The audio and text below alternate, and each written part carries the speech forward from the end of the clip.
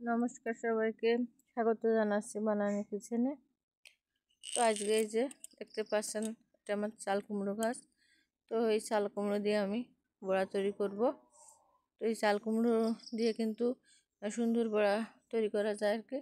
এই যে ছোটো ছোটো যে চাল কুমড়ো দেখছেন না, এই চাল কুমড়ো দিয়ে বড়া তৈরি করলে কিন্তু খেতে দারুণ লাগে। তো আমি আজকে এই ছোটো এই চাল কুমড়োটা কেটে নেব। এটা আমার গাছের চাল কুমড়ো। এই চাল কুমড়োটা আমি এখন কেটে নেব। তো চাল কুমড়োটা আমি কেটে নিলাম। এখন আমি রান্নাঘরে নিয়ে যাব বড়া তৈরি করার জন্য। তো কিভাবে আমি এই চাল কুমড়ো দিয়ে বড়া তৈরি করি, আপনারা আমার পুরো রেসিপিটা দেখতে থাকুন, তাহলে আপনারাও বাড়িতে তৈরি করে খেতে পারবেন। তো এই চাল কুমড়োর গায়ে কিন্তু একটু কাটা থাকে, তো সেই কাটাটা আমি পরিষ্কার করে নিয়েছি। এখন এই চাল কুমড়োটা আমি কেটে নেব বড়া তৈরি করার জন্য।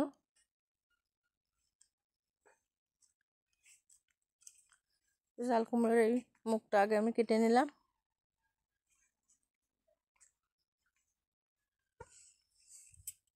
মুখের দিকটা একটু শক্ত থাকে জন্য মুখটাকে কেটে নিলাম। তারপরে মাঝখান দিয়ে কেটে নিলাম। কেটে আমি পাতলা পাতলা করে একদম কিন্তু চাল কুমড়োটা কেটে নেব। খুব বেশি পুরু হলে কিন্তু হবে না, এটা কিন্তু পাতলা হতেই হবে। এই যে আমি এভাবে কাটলাম, আর সবগুলো আমি একইভাবে এখন কেটে নেব। আর সবগুলো কাটার পরে আমি আপনাদের দেখাবো আমি কিভাবে এই চাল কুমড়োটা কেটে নিলাম। আর আপনারা, আমি বটি দিয়ে কাটছি, আপনারা কিন্তু ছুরি দিয়েও কাটতে পারেন। ছুরি দিয়ে কাটলেও কিন্তু খুব সুন্দরভাবে কাটা যাবে।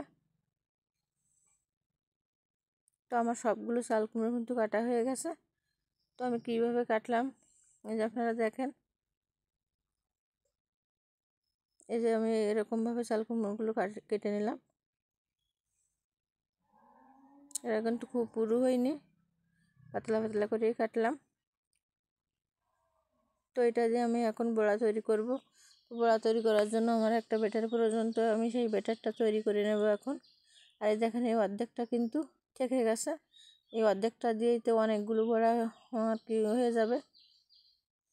তো আমি এই অর্ধেকটা রেখে এখন আমি এইগুলো দিয়ে আর কি বড়া তৈরি করব।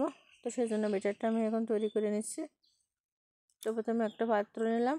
এই পাত্রে আমি এই যে এক বাটি ফুল না, কিন্তু এক বাটিরও কম আমি ময়দা দিয়ে দিলাম। আর দিয়ে দেব আমি এক বাটি চালের গুঁড়া। এই বড়াটা তৈরি করতে কিন্তু বেসন কিংবা কর্নফ্লাওয়ার কোনোটাই লাগবে না, শুধু চালের গুঁড়া একটু ময়দা দিলেই হয়ে যাবে। তো আমি চালের গুঁড়ার ময়দা নিয়ে নিলাম। এখন দিয়ে দেবো আমি এর ভিতর স্বাদ মতো লবণ। এবার দিয়ে দেবো একটু হলুদ। এখন দিয়ে দেবো আমি শুকনো ঝালের গুঁড়া।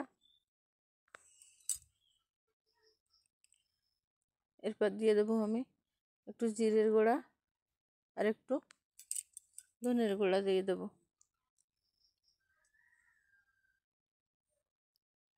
তো সব কিছু দিয়ে আমি একটু মেখে নিলাম। এবার আমি জল দিয়ে কিন্তু এটা তৈরি করে নেব, কিন্তু একবারে জল দেওয়া যাবে না, তাহলে কিন্তু পাতলা হয়ে যেতে পারে। এজন্য অল্প অল্প করে জল দিয়ে আমি ব্যাটারটা মেখে নিচ্ছি। তো আমি কিন্তু একবারেই জল দিয়ে নিই, আপনারা দেখতেই পাচ্ছেন। আমি কিন্তু অল্প অল্প করেই জল দিয়ে আর কি ব্যাটারটা তৈরি করে নিচ্ছি। এটা খুব কিন্তু পাতলা হবে না, আর খুব একটা ঘনও হবে না। তো আমি যেভাবে করছি আপনারা এভাবে করবেন, তাহলে দেখবেন বড়াটা কিন্তু খুব সুন্দর হবে খেতে। তো আমার ব্যাটারটা তৈরি করা হয়ে গেছে। আমি এখন এটা এক পাশে রেখে হাতটা ধুয়ে আমি চুলোটা জ্বালিয়ে দেব। তো আমি চুলোটা জ্বালিয়ে দিয়ে আমি তেল দিয়ে দিচ্ছি। আর এই বড়াটা তৈরি করতে কিন্তু খুব তেলের প্রয়োজন হয় না, অল্প তেল দিলাম কিন্তু। তো এখন আমি এই যে চাল কুমড়ো কেটে রেখেছিলাম এগুলো আমি এই যে ব্যাটারে আস্তে আস্তে মাখিয়ে নিচ্ছি। এভাবে মাখিয়ে তেলে ছেড়ে দেব।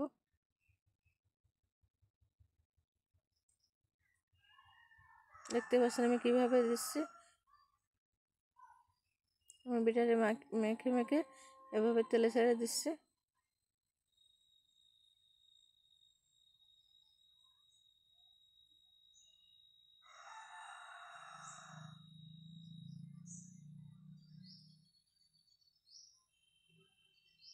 তো এইভাবে আমি সবগুলো কিন্তু বড়াগুলো দিয়ে দিলাম। আর যেহেতু আমার অনেকটা তেলে ভাজছে না, আমি কম তেলে ভাজছি, সেই জন্য আমি কড়াইটা এভাবে একটু এই যে চারিপাশে একটু নেড়ে ছেড়ে দিচ্ছি, তাহলে তেলটা সব জায়গায় পৌঁছে যাবে, কড়াটাও খুব সুন্দর করে ভাজা হয়ে যাবে।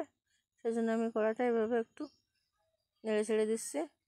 তো এখন খুন্তির সাহায্যে আমি বড়াটা কিন্তু উল্টিয়ে দেব।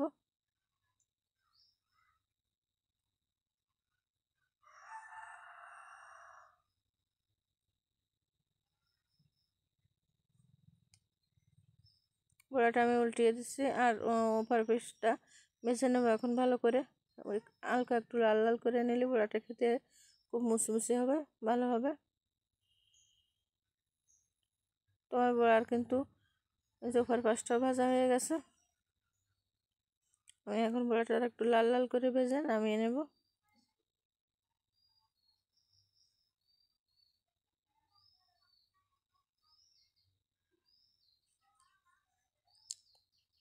তো আমার বড়া কিন্তু ভাজা হয়ে গেছে, সুন্দর একটা কালার এসেছে কিন্তু বড়ায়। আমি এখন নামিয়ে নেব বড়াগুলো।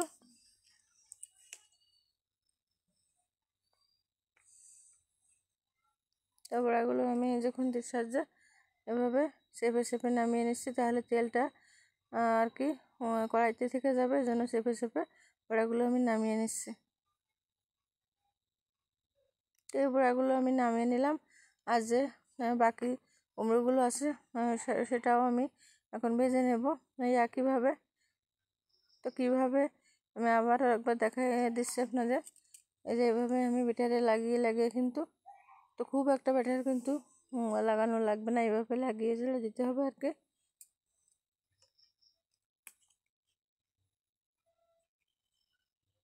তো আমি একইভাবে এগুলো ভেজে নেব। আর আমার এই চাল কুমড়োর বড়া রেসিপি আপনাদের কেমন লাগলো কমেন্টে জানাবেন। আর ভালো লাগলে লাইক কমেন্ট শেয়ার করে দেবেন। আর নতুন যারা দেখছেন আমার চ্যানেলটিকে সাবস্ক্রাইব করে আমার পাশে থাকবেন। আর পুরনো বন্ধুদের তো ধন্যবাদ। আর সবাইকে আবারও বলছি, ভিডিও দেখার আগে কিন্তু লাইক দিয়ে ভিডিওটা দেখবেন। আপনাদের একটা লাইক আমাকে অনেকজনের কাছে পৌঁছাতে সাহায্য করবে। তো আপনারা লাইক দিতে কেউ ভুলবেন না, লাইক দিয়ে ভিডিওটা দেখা শুরু করবেন। আর আপনারা এইভাবে চাল কুমড়ো, ছোটো চাল কুমড়ো দিয়ে বাড়িতে বড়া তৈরি করে খেয়ে দেখবেন, খুব ভালো লাগে কিন্তু। এইভাবে বড়া তৈরি করে খেয়ে বলবেন কেমন হয়েছে। যাই হোক, আমার এই বড়াগুলো কিন্তু দেওয়া হয়ে গেছে। আর আমি আগে যেভাবে ভেজে নিয়েছি সেই একইভাবে সব বড়াগুলো কিন্তু আমি ভেজে নেব। তো আমার এই বড়া দেওয়ার সময় কিন্তু অল্প একটু তেল ছিল, তো আমি এখন পাঁচটা আর একটু তেল দিয়ে দিলাম। তেল দিয়ে আমি আগের মতো কড়াইটা কিন্তু একটু নেড়ে ছেড়ে নিচ্ছি। আর আমার বড়ার কিন্তু ওপর পাঁচটা ভাজা হয়ে গেছে, তো আমি উল্টিয়ে দিলাম। আর এই যে লেগে গেছে না, এটা কিন্তু ছাড়িয়ে যাবে। ওই পাশটা হয়ে গেলে খুন্তি দিয়ে একটু নেড়ে ছেড়ে দিতেই কিন্তু ছাড়িয়ে যায় আর কি, এরকম লেগে থাকে না, ছাড়াতে কিন্তু খুব কষ্ট হয় না। তো যাই হোক, বড়াগুলো কিন্তু আমি লাল লাল করে ভেজে নিয়েছি। আর এখন এগুলো আমার হয়ে গেছে, আমি নামিয়ে নেব এই বড়াগুলো।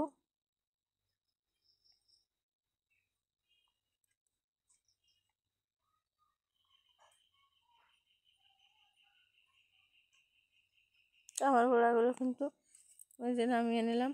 খুব সুন্দর দেখাচ্ছে কিন্তু বড়াগুলো, আর খেতেও কিন্তু খুব ভালো লাগে। আর এর উপরটা কিন্তু খুব আর কি কুচমুচে, খেতে খুব ভালো লাগে। আর ভিতরে চাল কুমড়োটা কিন্তু একদম নরম হয়ে গেছে, খেতে খুব ভালো লাগে। আপনারা বাড়িতে তৈরি করে খাবেন, তাহলে বুঝতে পারবেন। আসলে খুব সুন্দর লাগে কিন্তু ছোটো চাল কুমড়োর বড়া। তো যাই হোক, এরকম নতুন নতুন ভিডিও পেতে পাশে টাকা বেল আইকনটি বাজিয়ে দেবেন। আর সবাইকে ধন্যবাদ। দেখা হবে পরবর্তী নতুন কোনো ভিডিওতে। ভালো থাকবেন সবাই।